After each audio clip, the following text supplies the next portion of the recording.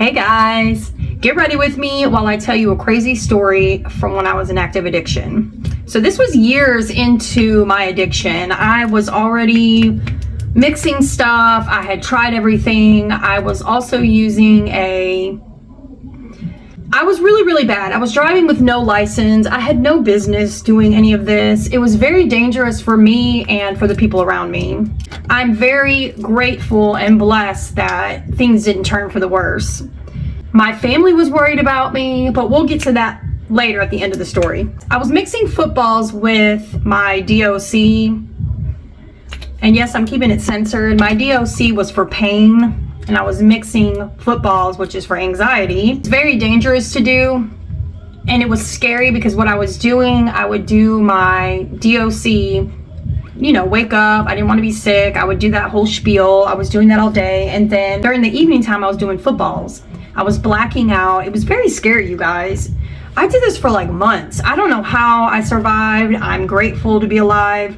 But it was very scary. Our brains, when we're on that stuff, we do not think clear.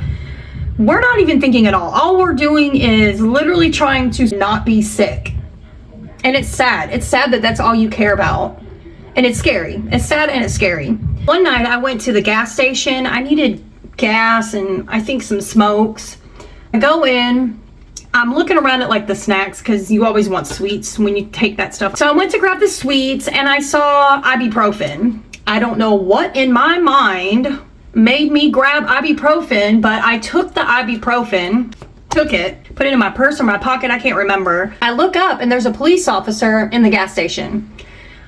I go to the register. It's like I remember, but I don't remember. But I go to the register, I pay for my gas, I show the cashier my ID because I didn't have a license, so I could get some smokes. I walk to my car, get in the car, start it. I go to pull out of the parking lot. As soon as I get out of that gas station parking lot, the police officer pulls me over. And guess what I had on me? Football. So you know what I did? I had just went to go get them. I don't know how many I had, you guys. Too many. I was freaking out. I'm like, okay, I'm gonna go to jail because I don't have a license. So what am I gonna do? Swallowed it. The cop indeed asked for my license because he knew I didn't have it.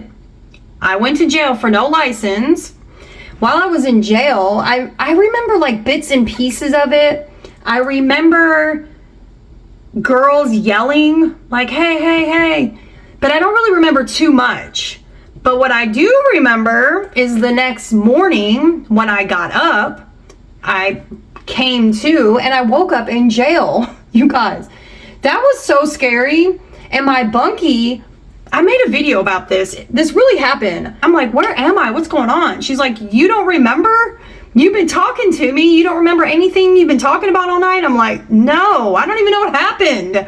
What the heck did I do now? Come to find out from some of the girls in the jail that were in holding with me, they told me that when I was in holding, I was so messed up that I was literally like falling asleep, banging my head up against the glass, that I couldn't hold my head up. They said that I would try to get on the phone and I would just fall asleep holding the phone. I guess it got so bad that they had to take me to medical. They took me to medical because they said my oxygen was low. So I'm very blessed that things didn't turn for the worse. I could have unalived. It could have really turned bad, and that's very scary to think about. I went to court in jail. You'll go to your first court date. They'll tell you if you have a bond or not. So when I got to court, the judge, they always ask you, do you understand your charges? And I think I was still out of it, you guys. I was like, I don't even know what I was charged with. And when they told me it was petty theft from a gas station, I took ibuprofen, you guys. It was like a travel size ibuprofen. I remember the bottle. Oh my gosh. So embarrassing. You're in court and you're telling them you don't remember and you don't know what's going on. So I got in trouble for petty theft and driving with no license. You guys, I was so embarrassed. So they gave me a bond. I bonded out and of course went right back to the same old situation, that doing the same old stuff. I think my family bonded me out that time. And not too long after that, my mom was living in Chicago with my stepdad, and my family came down from Chicago and picked me up. They said that the way I was talking, the way I was living, they were just worried about me. They were worried that I was doing too much, and they were worried I wasn't going to make it. My mom literally came from Chicago with a truck, U-Haul, I think it was, packed up everything that I had, and she tried to like medicate me herself to help me get through the sickness. This was the first time I moved away to get clean. It was because I wasn't ready and my family was pressuring me, so I did what they said, and I was kind of scared too. I did what they said and I moved away, but when I got to Chicago, you guys, when I was going through my clothes and stuff, I had these plastic totes. I was going through my clothes, trying to find something to wear, I think. Found stuff that I had hid. I didn't hide it like to move. I had hid it for myself, like, you know, while I was just my everyday life, I had hid it. But when I got to Chicago and I was trying to unpack and going through my clothes, I found these. So of course that was very triggering. I was by myself. I wasn't working a program. I didn't even know what AA, NA was. I didn't know about any of that kind of stuff. I didn't really know what detox was. I didn't know. I wasn't educated with that stuff. I didn't really know. My recovery was I moved and I didn't know anyone, didn't talk to anyone. I didn't have anyone, my family. It was just me trying to do it by myself, and it was really hard to do by myself because I really didn't even understand what was going on. As time passed, I don't know if I did this on purpose. Looking back, I probably did, like subconsciously. I got on the internet. I don't remember what chat room or what I was in. I had met a guy that was living in the area. I was like, oh, he's cute, da da da da da. We started talking. We would meet at the mall and hang out. And go figure, out of all the people in Chicago, this guy was using H. This same way I was using it before I moved. It didn't come about like the first time we hung out. It was like a couple times after we had hung out. And he was talking about it, talking about partying. These skits I make, I'm not trying to be corny or cheesy. This stuff really happened. It's like nonchalantly it happens. You know, you don't think it's gonna happen. You think you're on the right path, doing the right thing, and then bam, it just hits you. Me, not working a program, me, who wasn't really ready to get clean yet. Of course, I was like, okay, I'll try it once. I didn't do it the way I was doing it. I just took it, and then taking it really quick led to me going right back to doing it the way I was doing it, getting H. And I was putting myself in bad situations in Chicago. I was meeting guys I didn't know in the alleyway. I would literally meet the plug in the middle of an alleyway in Chicago by myself, hop in the car, meet, and leave. That's so dangerous, you guys. I didn't know these guys. The guy I was talking to, he gave me a number. He's like, just call this number when you're ready to meet him and he'll meet you. I'm like, but he doesn't even know me. He's like, it doesn't matter, he'll meet you. And I'm like, okay, that's kind of sketchy. But I did it anyway. You know, I was desperate to not be sick because I spiraled quick when I relapsed. Anytime that I quit and relapsed, I spiraled quick. It was like I was never clean. Like my tolerance was high. I was back to doing it full force. It was crazy. While I was going through all that, I also ended up having a kidney stone while this was going on, and I ended up having to have the lithotripsy and all that too. So I was also getting medicine for my pain from the doctor.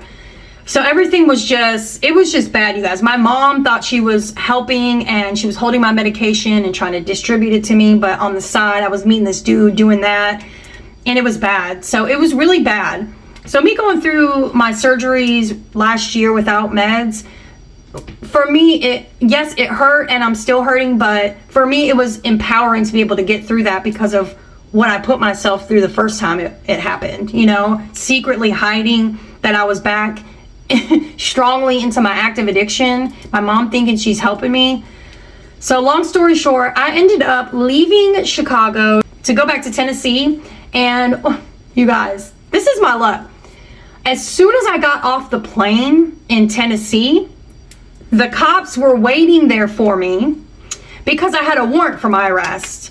And I don't know if I just didn't remember. I don't know. It was driving with no license. They picked me up for that warrant, and I had to go to jail right after I just had kidney stone lithotripsy done. I remember the bounty hunter, bondsman, whatever. I asked him, I'm like, can I take a couple of my medication because I'm about to go sit in this jail. And my family ended up bonding me out. But I was like, can I take a couple of these? Or will they let me take them in jail? He's like, they're not going to let you take that in there. He's like, just take what you need to take and leave it with your family because they're going to take that up and you might not get it back. I'm like, okay. So I took a bunch. I go to jail. I'm sitting in jail. I don't remember how long I was in there. I think maybe a day or two.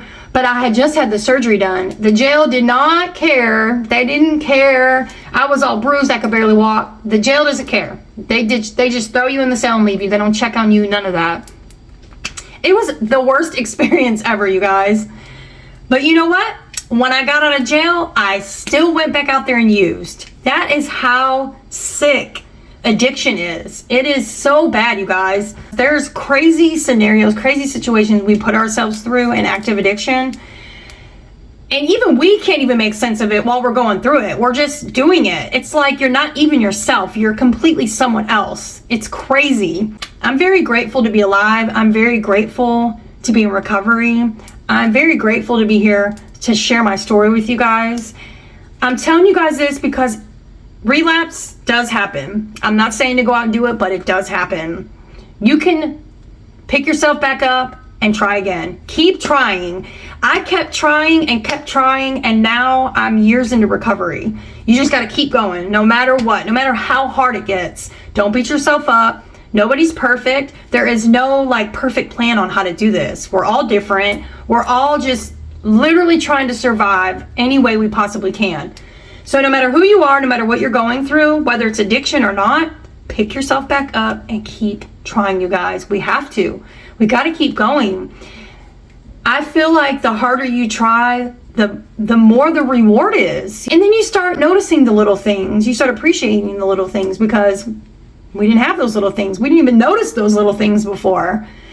So yes, you guys, just don't give up. I say it, I know I say it all the time, but don't give up. I am living proof of someone who didn't give up, and it stuck with me. It worked. When you want it bad enough, you're going to do it. Just want it. People say, how did you get clean? When was your breaking point? I wanted it. I was sick of it. Sick of living like that. I wanted it, and I was willing to do anything to get to that. So don't give up, you guys. And thanks for sticking around and listening to my story. See you guys.